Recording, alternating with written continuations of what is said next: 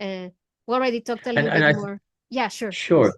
May I just say that from a religious but also a mystical point of view, Hmm. what nature and the whole cosmic cycle shows us that although there's a continuous change of light and darkness, Yeah, but at the same time it is eternally there because yeah, in cycles it returns all over again that's every correct. year. Yeah, that's So, for example, a tree, which you can observe maybe outside of your house or in your garden, mm, it is still there yeah. throughout all the seasons. Just the outer appearance changes as Oh it yeah. dies and it just regenerates and flowers again, and then Hmm. the whole cycle again.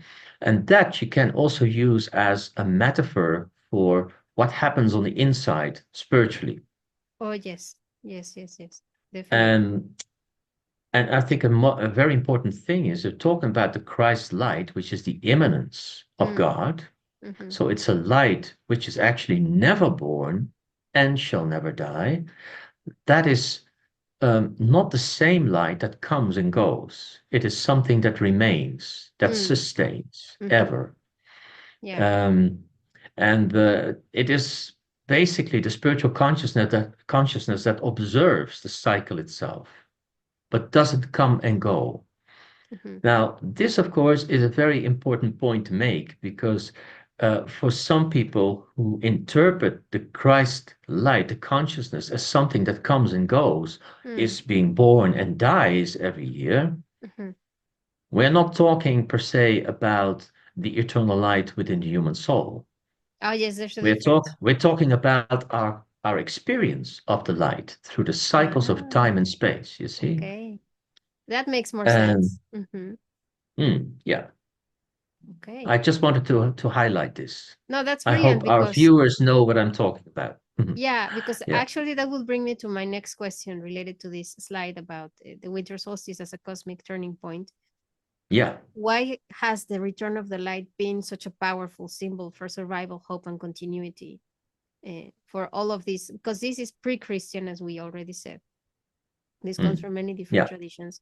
So why do you think it's important? Like, because you say the light within us always remains, but the mhm. light without, or the light that we see outside, it comes and goes because it talks about Yeah. the cycles that we're a part of. So why do you think that's so important, the return of the light, a survival, hope, continuity? Well, I suppose you also mean, for example, what people still, but especially our ancestors, has to deal with Hmm. when it comes to when autumn and winter set in.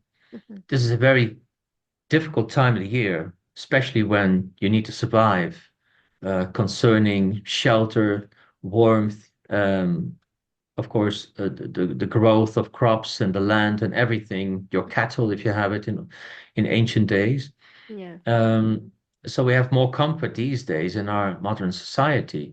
Hmm. Um, so now the survival sometimes is much more psychological than physical. Oh yes. But nevertheless, it's still within us that this time of year is a time of dying, and in that sense, we still feel somehow, most people do it, this sense of I need to survive, I need to get through this period Yeah. somehow. Yeah. And that's why we have these techniques or these rituals to get through the period, and not just get through it, but also um, to grow through it and Yeah. to come out with a revelation, Yes.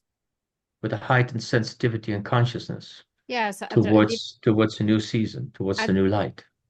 a deep transformation, definitely. And I just remembered something now that you were saying these things, because this is a time of the year where most people unalive themselves, if you know what I mean. And Yeah, also a lot of people die like natural causes during the winter, because as they don't have that solar energy, that connection feeding their bodies, then it's a time like for older people or really really ill people, they just disconnect and then move on to the next realm. So it's also very interesting to note that the like the not only the psychological but also the physical effect on some yeah, people. And as you say, no, this is nothing personal. This has to do with the cycles. And it's something that we all yeah, have to go through at some point. When you're incarnated, you have disincarnate at some point. Like we have no choice. It's like the rules of the game, and it's not personal. Yeah. And I think that going through all these rituals, somehow it prepares your psyche to surrender to that fact in a way, and also to know that, okay, but the light will always come back. No, there will be another cycle in another shape or form, but life does go Yes. on. So I think that's Yeah. very, very important. Mhm. That's the promise of Advent, sometimes being called that way. Oh, okay. So the promise that the light will come out again, it will rise again, Mhm. and that promise, of course, we see it in the cycles of well, the cosmic cycles and how nature behaves around us, but we can also feel it within our own bodies. Oh, yes, And definitely. yeah, a lot of people are relieved when we get around the winter solstice and the light is growing again. Yeah, But this is a real, yeah, this is a thing that you really can't avoid. yeah, It's within everyone. yeah. But again, towards the winter solstice, the whole Advent period, the preparation period, is also a period of not just challenge, but also opportunity. Ah, yes.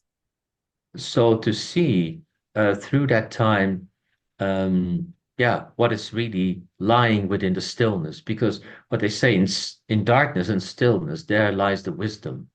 Yeah. It's not for nothing that in Kabbalah they say the Kabbalist from the word Kabbal Mm, means actually to become still and to receive. yeah. And Yeah, that has to do with this period. So it's the mastering of the technique of meditation. yeah. Yeah, like Yeah, Einstein used to say it, in the middle of difficulty lies a great opportunity. that's it. So Yeah, we can learn to see it that way. Wow. That's yeah, awesome. yeah. So Okay. the welcoming of this period. Yeah. Okay. Let's And go not just on. waiting until it's over. Ah, yes. No, no. It's like actively participate within the cycle and see what gifts it has for you. Hello, Synchronauts. Thank you for watching this excerpt of one of our Elysian Roundtables episodes with Mike Bais from Circle of Avalon. Please subscribe to our channel if you haven't done it yet. Click on the little bell so that every time we have a new video, you can come and check out what we're doing. And please leave us in comments what do you think about what we have shared on this video. Thank you so much, and we'll see each other very soon. Bye.